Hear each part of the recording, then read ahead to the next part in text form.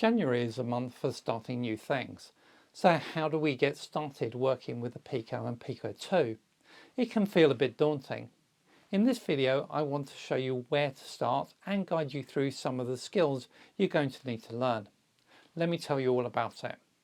Hi, I'm John, your concierge to the world of the Raspberry Pi Pico, Pico 2, robotics, IoT and other fun tech. Remember to subscribe and join the community. This video is a jumping off point for other videos with more in-depth information.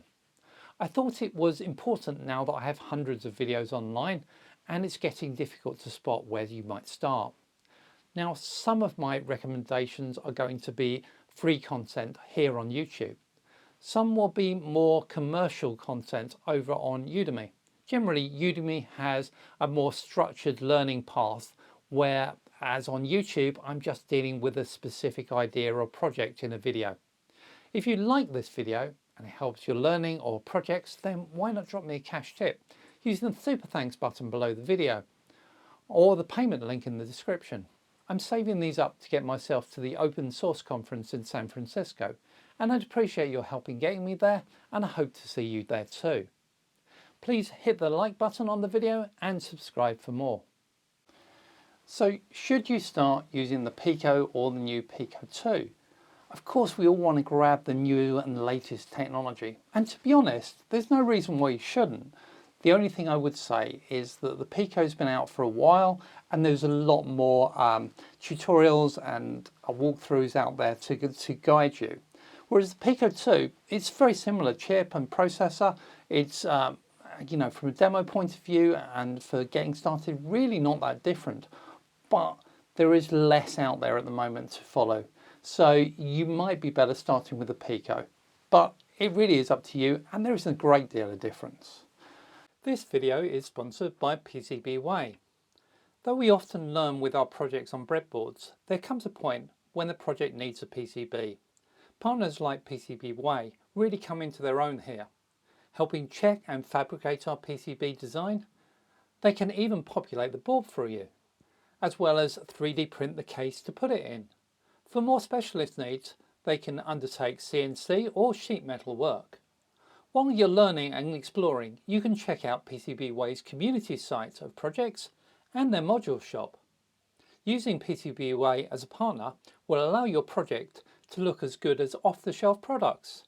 Give PCBWay a try. Of course, the next question you need to decide is what language you're going to use.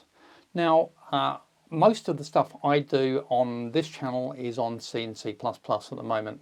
I've done a little bit of Rust, but you know, C and C++ are traditionally how embedded systems are written.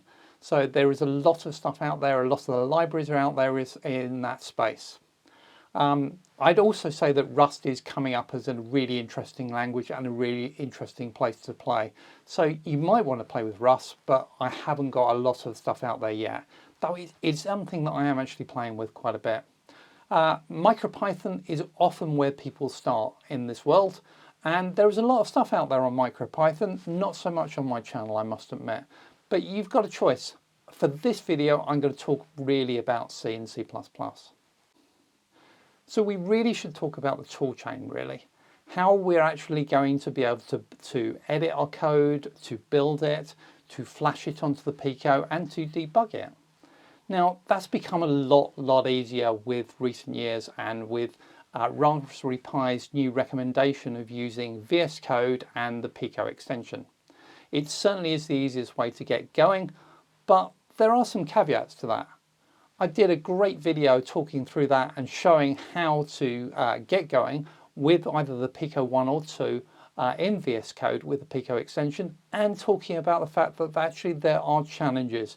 As you move along your journey, you will find that this isn't actually quite as smooth as it appeared. So yeah, some uphills, some downhills. The normal roller coaster ride that we go on in our development cycle.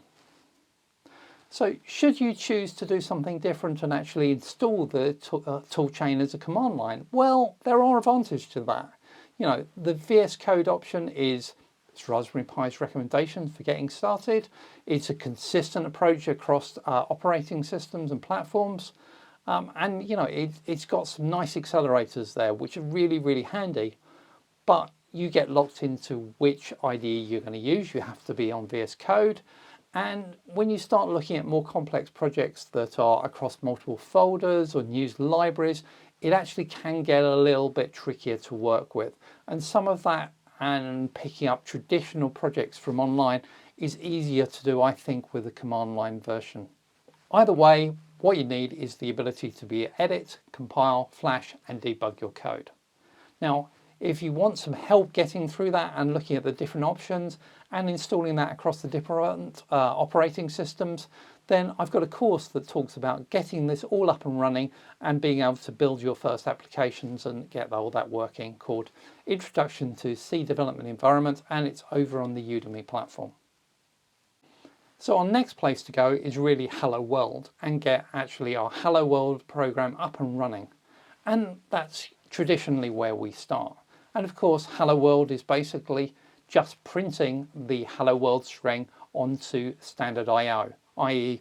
the input and output stream that is normally available to an application, normally on a traditional desktop environment.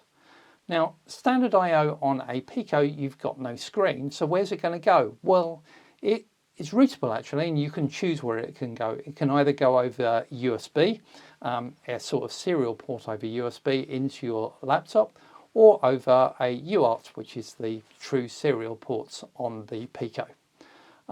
If you choose to go over UART, then you get a choice of which of the pins on the Pico you're going to use. UART 0 is the one you have to use for standard I/O, and it has 3 combinations of pins that you can actually choose to put it on. And I tend to choose to put it on 16 and 17 because it's nice and close to the back of the Pico and therefore out of the way of other things I'm trying to do. But to connect that then to my laptop, I then will use a Raspberry Pi debug probe. And I've talked about these in other videos of how to get these set up and working and how great they are, so go and check out those videos too. The next place we really want to play with in the world of embedded is our GPIO lines and waggling these GPIO lines. So we want to be able to do things like flash the LED to bring the line up and down to allow us to turn on and off an LED, either the onboard LED or indeed an external LED. And then of course fade it, which we will use PWM for, pulse width modulation. And this is a really important concept that we will use time and time again in the world of embedded. So for controlling things like motors, controlling servos, PWM is just hugely useful to us. So learning about that quite early on is a really useful thing to do. My Udemy course on microprojects actually goes through a lot of this, how you connect up switches, how you connect up LEDs, how you can actually control some of this stuff. So if you're interested in that area, you might want to have a look at that course. If we can get data out of GPIO lines, well, how can we get data in? Well, this is really the area of sensors and reading data from sensors. I guess the simplest sensor we could possibly have is to read data from a switch, either something that's on or off. And that's probably where you want to go next and to play with. Of course, there are lots more complicated sensors. I did a video talking about lots of options for temperature sensors. So these are things that we can start reading via different mechanisms using the onboard analog to digital converter on the Pico, or using different protocols. So the DS1820 uses a particular one-wire protocol for reading it, whereas we've got things like the AHT10, which is actually using I2C interface. So there are lots of different interfacing options that we get to be able to read this data. And that's the world of sensors, which is really fabulous stuff to play with. So where next? Where do you need to go on this journey? Well, by this point, you really have quite a breadth of ideas and options available to you. So you might want to go into the world of IoT, or you might want to go into the world of robotics, or you might want to do both. I've done some great videos on this channel talking about web services, things like connecting a Pico client out to a weather web service to actually pull back the weather information, so you could actually display different weather information on a local screen or things. Or perhaps connecting to services like Telegram. So these are all great web services that are out there. Now, along with the videos on here, there's actually also a course over on Udemy on writing web service clients on the Raspberry Pi Pico. And that really goes through this in a lot more detail, how this gets built up, how you work with these web services, and important things like security that you need to consider. IoT can also use a protocol called MQTT, which is often more of the sort of IoT sort of protocol. It's sort of a publish subscribe protocol. And it's what I use for my Raspberry Pi Pico's lightsaber wall lights that are really, really cool and fun. And I had a lot of fun with. Again, there's videos on that on here, but it's quite a big subject. And therefore there is quite a large course over on Udemy going through how to write IoT applications for a Raspberry Pi Pico, which you might want to look at too.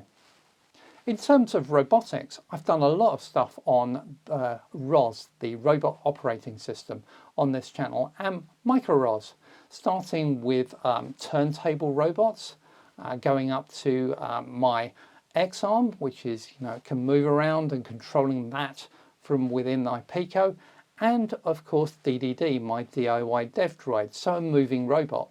This is a really active area for me because I'm actually working on some robots at the moment, and there'll be some future videos coming out on those. It's all fun stuff, and you can learn a lot more around the motor controls and the control stacks and all of the higher level functionality. So there's the whole load of videos, and indeed look at the playlists on my channel to see the sets of videos on this area that you might enjoy. Once you get a little of the skills under your fingers, then there's so much you can do with these devices. It's hard to know what to put into this video and what to leave out. I hope this video was useful and giving you some places to start though, and guiding you through some of my older content videos.